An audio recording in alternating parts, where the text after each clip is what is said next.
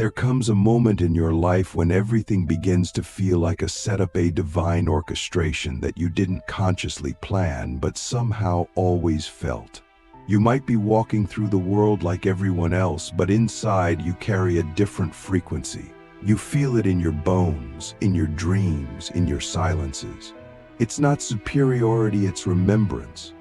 And the moment you begin to awaken, these spiritual beliefs begin to surface, like ancient codes being reactivated in your soul. You didn't choose them, they chose you. Have you ever looked around and wondered why everyone seems content with a surface-level existence, while you feel this deep, burning desire to uncover truth? That's not random. That's not curiosity, it's calling. One of the first beliefs that mark you as one of the chosen is this: you know this world is not your true home. From a young age you felt out of place, like a visitor walking through someone else's dream.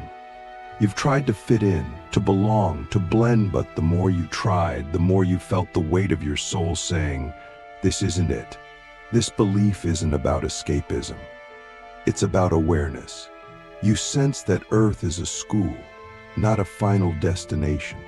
You intuitively understand that you came here with a mission. And though you may not know the full details of that mission yet, the feeling of being on assignment never quite leaves you. It's why you've been drawn to spiritual teachings, ancient texts, sacred symbols, because something inside you remembers. And even when the world tries to distract you with noise, there's a sacred silence within that keeps pulling you back to the truth. Another belief that marks the chosen ones is this: you believe pain has a purpose. Most people run from pain. They numb it, hide it, avoid it. But you, something in you leans in. You may not enjoy it, but you respect it. You know pain is a messenger, a portal, a purifier. You've learned to ask it questions. You've learned to listen when it speaks, because you know that every wound carries wisdom and every heartbreak reshapes you into something more whole. Think about the times you've been broken, not just emotionally, but spiritually shattered. And yet, instead of staying down, you searched deeper. You meditated. You cried out. You questioned everything.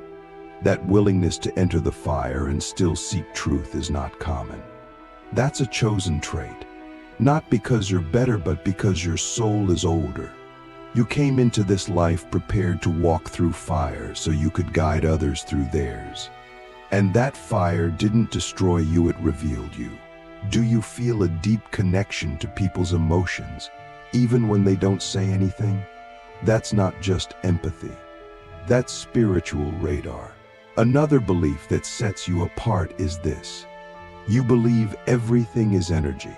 You don't need physical proof to feel when something is off. You sense vibration. You feel the shift in a room. You know when someone is lying, when someone is hurting, when someone is hiding. And this sensitivity, while often overwhelming, is one of your greatest gifts. Chosen souls are often born with this energetic awareness. It's why crowds drain you. It's why certain music, colors, or even smells affect you deeply.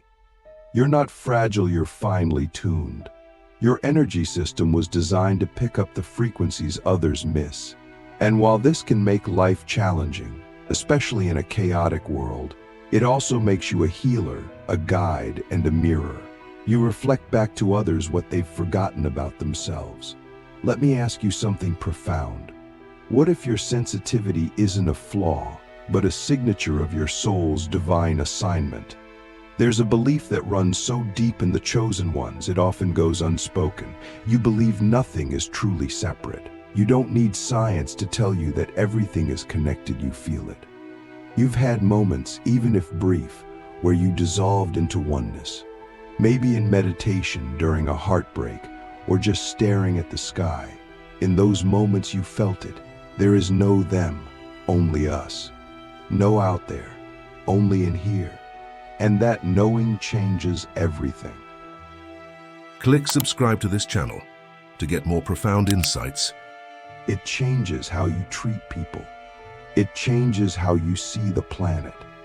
It changes how you live. Because once you've tasted unity, division starts to feel like a lie you no longer want to participate in. That's why gossip, cruelty, and judgment feel so toxic to you, not just morally but spiritually. You feel the fracture it causes in the field. And even if you don't always live perfectly, your intention is always wholeness. You seek it, you create it, you become it. Have you ever had a moment when time stopped and something inside you said, "This matters"? Maybe it was meeting someone for the first time and feeling like you've known them forever, or a dream that felt more real than waking life. That's because chosen ones carry another belief. You believe in divine timing. You know somewhere deep that things don't just happen, they unfold. You trust the delays. You sense the alignments. You feel the universe moving pieces behind the scenes. This belief can be both comforting and painful. Comforting when things align in magical ways, painful when things fall apart. But even in the wreckage, you find a whisper of trust. That maybe this ending is a beginning in disguise.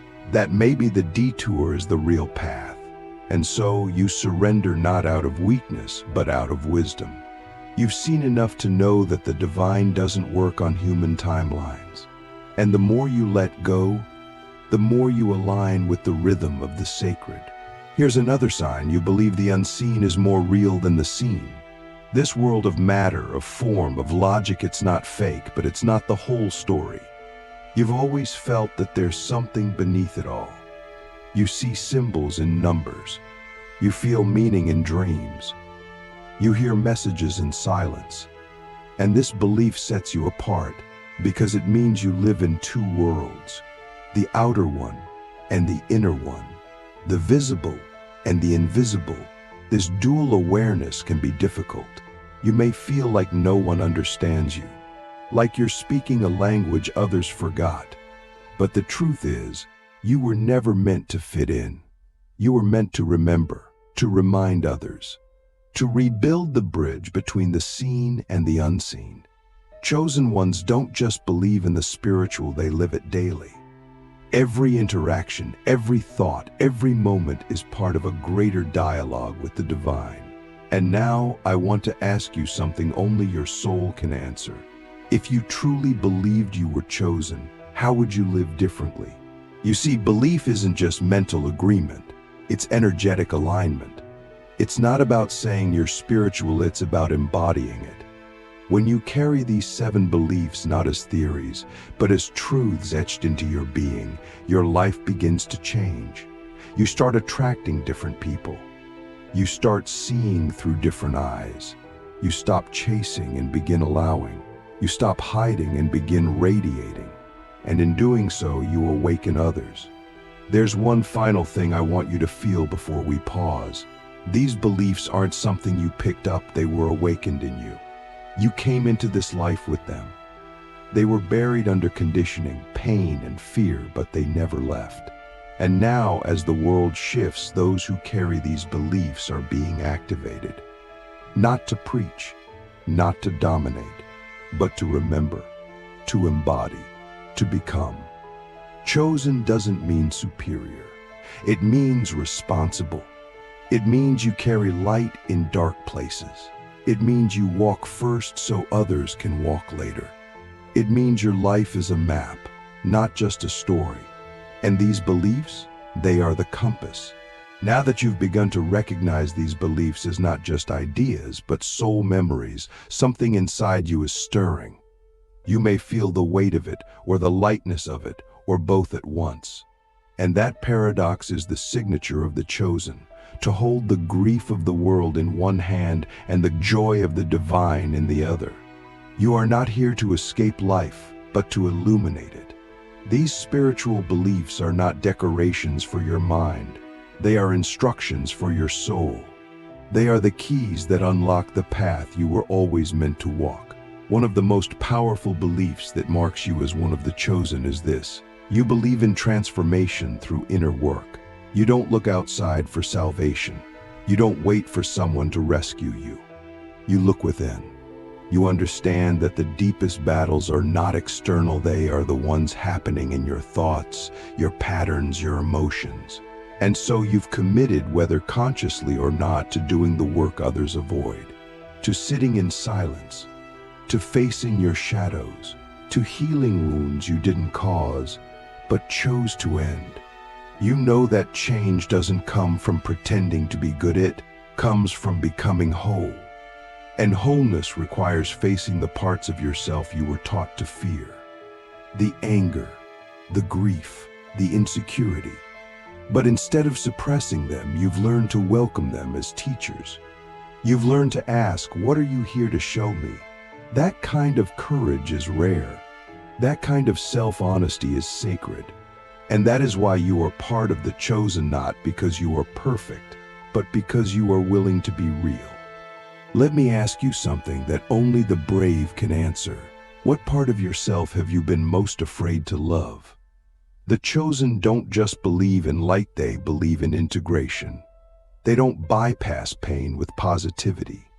They face it, transmute it, and turn it into wisdom. And in doing so, they become lighthouses for others who are still lost. This is the silent role you've been playing your whole life. Even when no one thanked you, even when no one noticed, your healing has already changed the collective field. Your inner work has already shifted generations. You are not just healing for yourself, you are healing for the whole.